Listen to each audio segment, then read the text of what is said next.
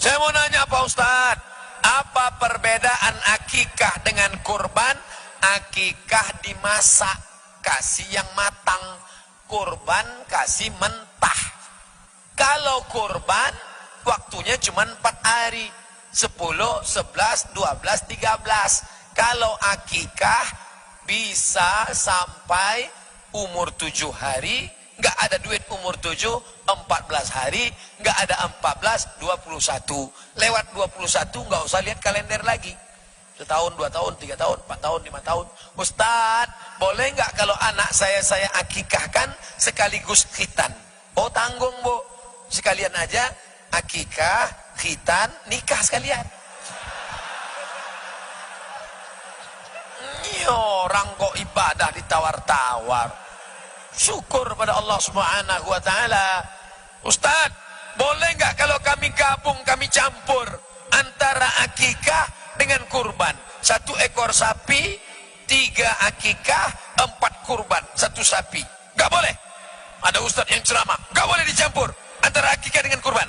Pokoknya 1 akikah, 1 kambing. Nggak boleh campur 7 sapi. 1 sapi, 7 orang. Nggak boleh. Itu dia pakai kitab namanya Fikih Sunnah Sayyid Sabiq, mazhabnya Hanafi. Tapi kalau kitab mazhab Syafi'i, Qalyubi wa Umairah, Hasyiah Al-Bujairimi, boleh. Anak 3 akikah, bapak, ibu, anak 2 kurban. 4 tambah 3, 7. Boleh.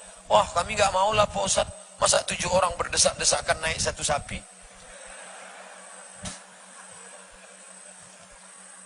Yang penting mana yang paling banyak dagingnya. 7 ekor kambing kurus-kurus. Kambing yang mau sakaratul maut. 1 ekor sapi, sapi Australia, limosin. Harganya 1 miliar. Makannya aja kita takut. Oh, bagus, luar biasa. Andai kita belum akikah, apakah boleh berkurban? Enggak ada larangan. Ini banyak orang sekarang, kamu enggak kurban, aku belum akikah. Tiap tahun itu aja jawabannya. Kamu enggak kurban, aku belum akikah. Ini siapa yang ngomong yang enggak akikah enggak boleh kurban? Kullu mauludin rohinatun biaqiqatihi. Setiap anak tergadai dengan akikahnya. Tuzbahu anhu yawma sabi'ihi. Disembelikan kambing hari ke-7. Yuhlaku, dicukurkan rambutnya. Wa yusamma, kasih nama yang baik-baik. Hukumnya paling tinggi sunnat muakkad. Tidak ada mazhab yang mewajibkan. Yang mewajibkan akikah enggak ada. Oleh sebab itu sunnat muakkad baik.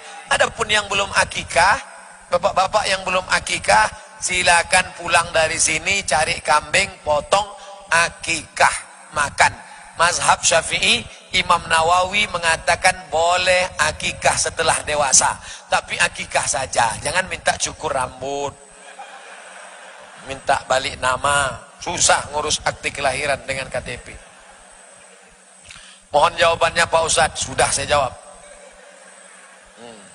Namanya ada, nomor HP-nya ada, bagus, mantap, alhamdulillah.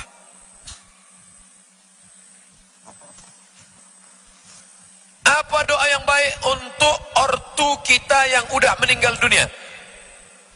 Wa in khatimul Qur'ana, kata Imam Nawawi, mazhab Syafi'i.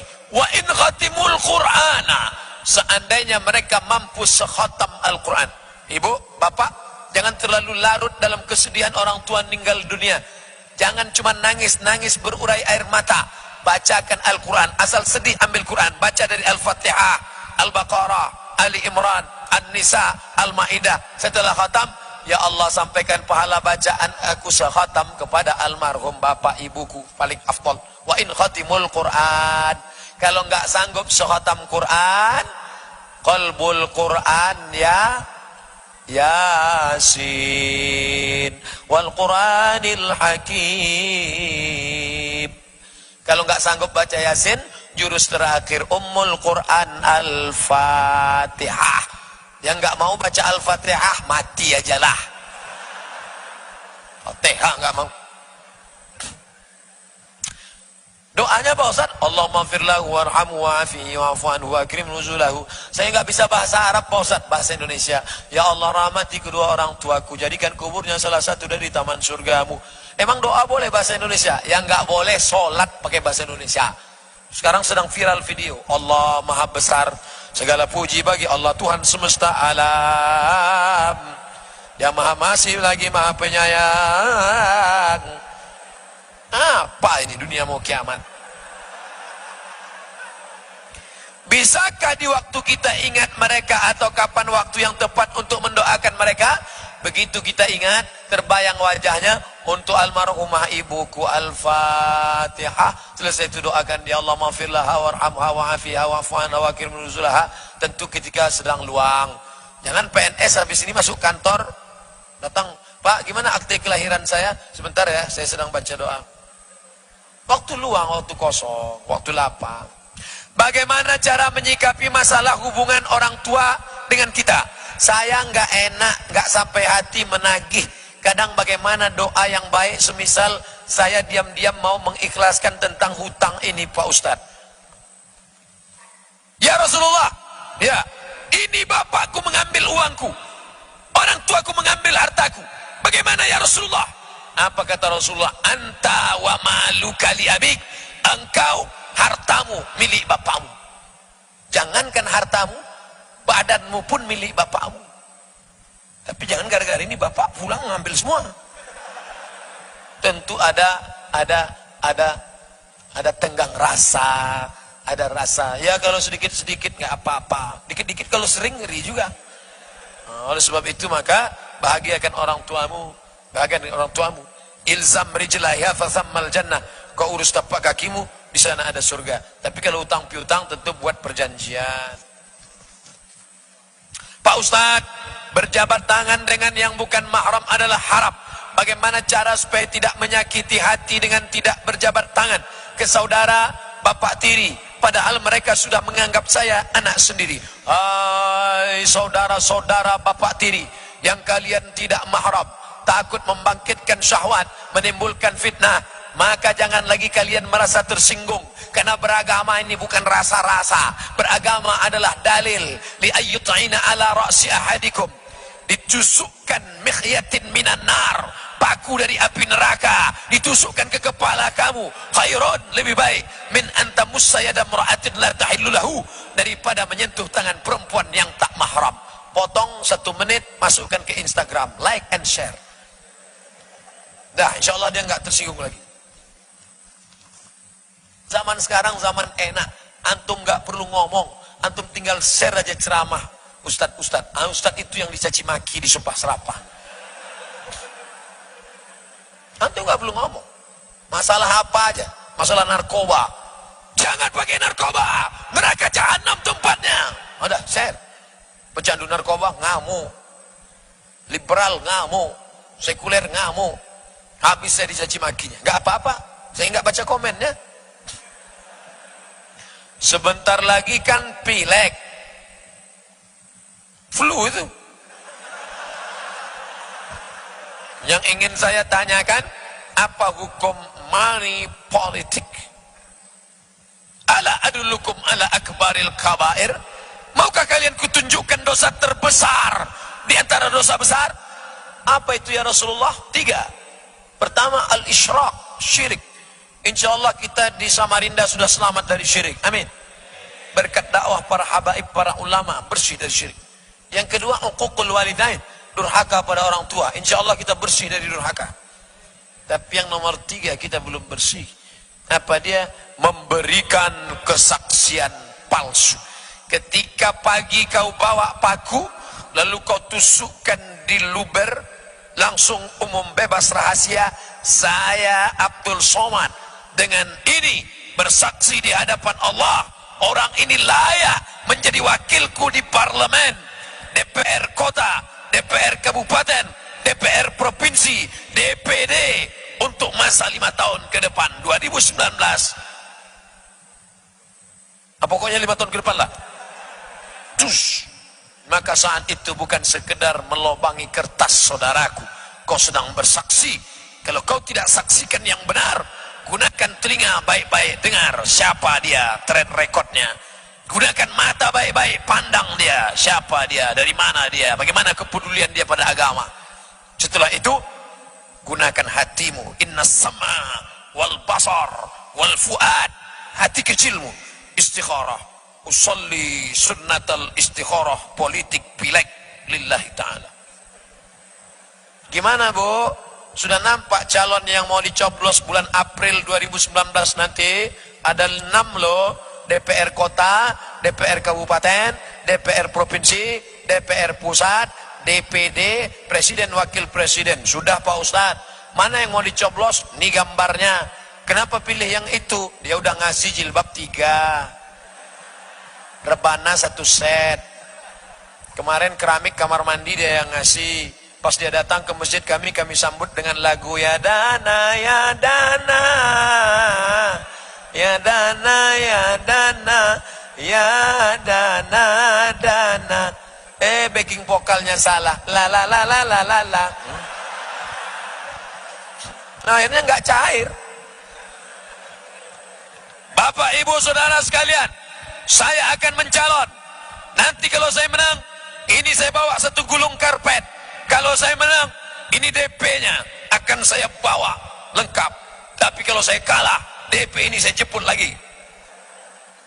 Jangan Pak, jangan kau bawa politik ke masjid, tapi kau bicara politik di masjid.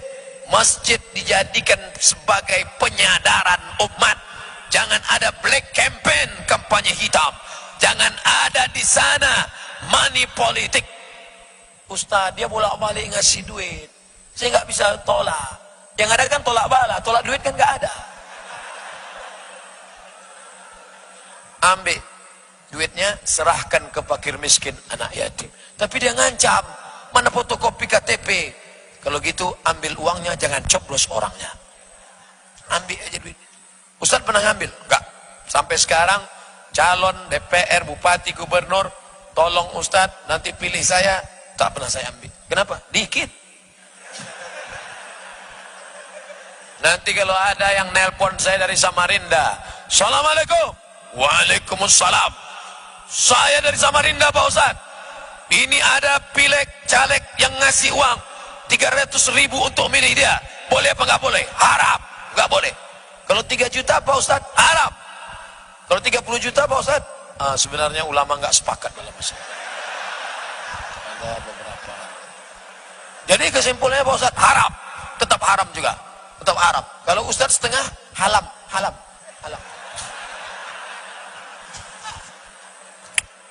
Jangan. Sekali haram tetap haram. Semoga Ustaz dan tim pendamping panjang umur dirahmati Allah. Amin. Apa benar belajar tanpa guru berarti gurunya setan?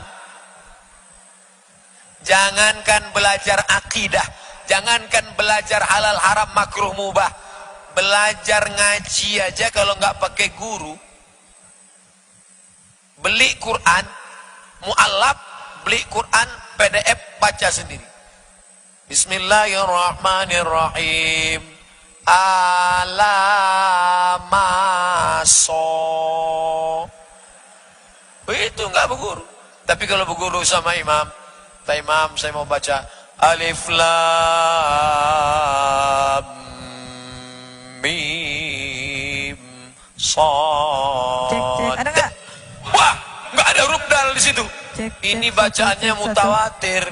Dari Nabi ke sahabat, dari sahabat ke tabi'in, dari tabi'in sampai ke bawah, sampai ke guru ngaji kita. Oleh sebab itu berguru. Man la syaikha lahu fasyaitanu syaikhuhu.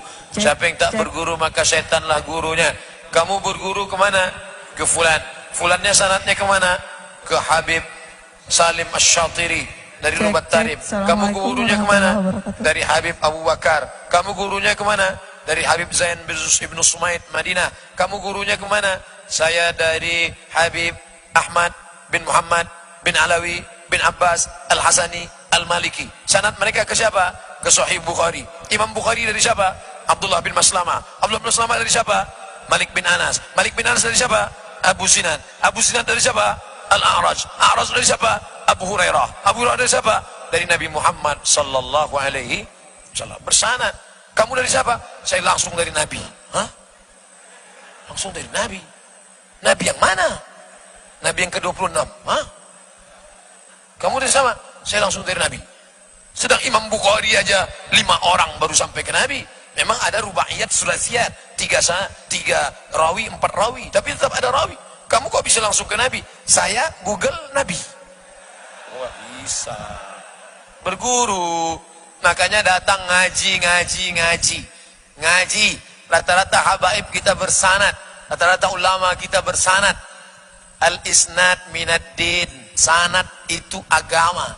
Laulal isnad laqala man syaa ma syaa. Kalaulah bukan karena sanad, orang akan mudah saja berkata sesuai kehendak mau otak kepala dia. Oleh sebab itu ngaji, bersanad, berkitab. Saya belajar dengan dengar ceramah Ustadz Buya Yahya. Apakah dengan begitu otomatis Ustadz menjadi guru saya? Ada ijazah ammah. Ajaztukum jami'a marwiyati wa muallafati wa muhadarati. Aku ijazahkan semua buku yang kutulis, hadis-hadis riwayat, ceramah-ceramah kepada seluruh yang hadir di majelis ini, ijazah ammah. Udah, qabiltu. Maka kita sudah ada hubungan. Yang tidak boleh itu kita berguru kepada orang yang tidak ada di alam nyata. Saya yakin ini subuh ini sebagian jamaah sudah selalu dengar ceramah saya. Subuh ini cuma mau melihat Ustadz Somad ini ada nggak di alam nyata? Ada.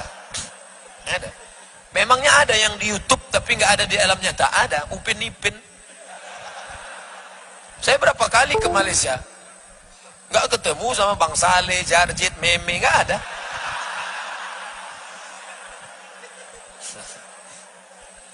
Apa hukumnya bangun masjid di atas tanah sengketa? Sekitarnya terdapat beberapa masjid sangat dekat. Sudah ada penolakan dari warga. Ini bukan masalah agama, ini masalah hukum. Tanya ke BPN, Badan Pertanahan Nasional. Adapun membangun masjid, masjid itu 2. Kalau ada sholat subuh, zuhur, asar, maghrib, isya, namanya masjid. Subuh, zuhur, asar, maghrib, isya, masjid. Tapi kalau ada sholat Jumatnya namanya masjid jami'. Menurut mazhab Syafi'i, dalam satu negeri boleh banyak masjid, tapi masjid jami' cuma 1. Itu makanya di beberapa tempat habis sholat Jumat, sholat zuhur lagi. Kenapa? Karena khawatir Jumatnya tadi batal karena terlalu banyak Jumat. Di antaranya di Pandeglang, Banten, di sebagian tempat habis sholat Jumat, sholat zuhur lagi. Itu pendapat mazhab Syafi'i. Lalu yang banyak diamalkan orang sekarang Jumat sana, Jumat sana, Jumat sana. Itu pendapat mazhab Hanafi. Asal cukup penuh masjid, penuh, boleh Jumat, boleh Jumat, boleh Jumat. Jadi sebenarnya kita memegang beberapa mazhab dalam beberapa pendapat. Tidak dalam semua pendapat. Dalam beberapa pendapat kita sedang talfik, mencampur beberapa mazhab. Pak Ustadz, apakah di rumah Allah yang dimuliakan ini ada perbedaan antara panitia dan jamaah? Yang dibela-belain tidur di rumah ini demi untuk dapat tempat di depan disuruh mundur?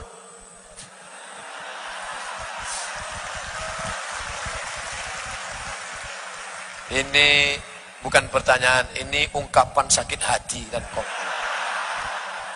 Insya Allah itu tadi marah karena sebelum pengajian. Setelah pengajian hatinya tenang. Allahumma anzilis sakinata fi qulubil mu'minin. Turunkan ketenangan ke dalam hati kami ya Allah. Alhamdulillah. Tadi itu Pak Ustadz kami nulisnya sebelum pengajian. Setelah dengar pengajian Ustadz hati kami tenang. Perut kami pula tak tenang. Lapar. Ustadz, saya mau nanya. Tapi mohon maaf sebelumnya kalau saya ini Nasrani.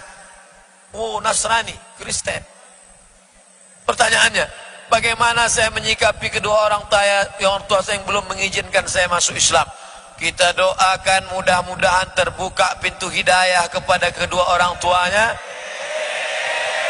Tidak hanya mengizinkan anaknya, tapi dialah yang bersyahadat asyhadu an la ilaha illallah wa asyhadu anna Muhammadar Rasulullah ala hazihi niyah wa kulli niyatin salihah. Al-Fatihah. A'udzubillahi minasyaitonir rajim. Bismillahirrahmanirrahim. Alhamdulillahirabbil alamin. Ar-Rahmanir Rahim.